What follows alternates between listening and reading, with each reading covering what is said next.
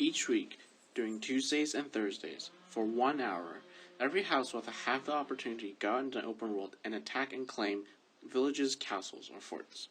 The benefit is your house gets to set taxes every player has to pay in addition whenever they use a service the thief provides.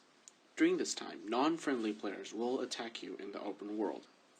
Now, there are two vocabularies you hear a lot: fielding and sieging.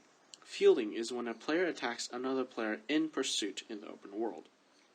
You win by either killing everything that is not friendly or capturing their home base.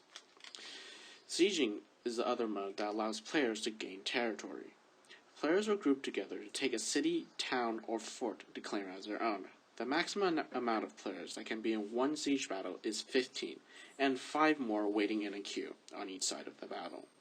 You can win by capturing the home point after you capture the X point.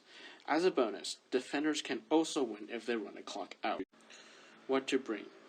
Bring the best you have. You can bring filler units like Domain Spearmen or Domain Pikemen to use whatever leftover leadership you have, but in Territory 1, everyone tries to bring their best units. The most common tier units you see during this time are purple and gold tiers, who outperform in almost every aspect compared to the lower tier counterparts.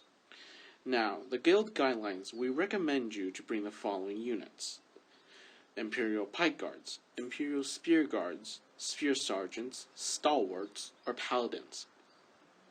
Our house is centered around using heavy infantry to aggressively push and outlast our enemy. However, you can bring cavalry units, but realize, as effective as they are, cavalry units are proportionally harder to control and expensive to maintain with unit kits. Artillery.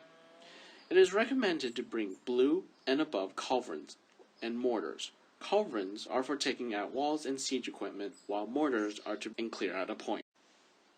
Communication. In Mercenary, the following format is used to prevent clutter during communication for callout in battle or the open world. Type of enemy unit or hero. Direction of enemy. What is the enemy doing? Example: unit of hussars are on the right flank circling behind for a charge. Before every territory war, we will tell you the target location in 1 or 2 days in advance. We will put down a house marker that you can access by opening the world map, clicking markers, and it will be under house markers. Sometimes a rally point is far from your location, requiring you to pass through several different regions or cross borders to another part of the map.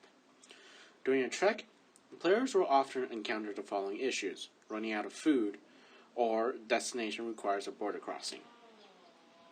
Running out of food is a daily occurrence for the average player. You can resupply food and troops at the wayside inns. However, during territory wars, they cannot be used. Border forts, region capitals like Turvaros, Algolia, Regionopolis, and trade colonies are the most common resupply points to replenish your food and troop numbers. They are always open during territory wars. Border crossing. When your destination is another region, you will need to cross borders somehow. These green forts shown on the map are places that you can cross into new regions. Once you are at these forts, you can enter them. Then go to the region guide that you'll want to enter to, cross the border, and you'll be across.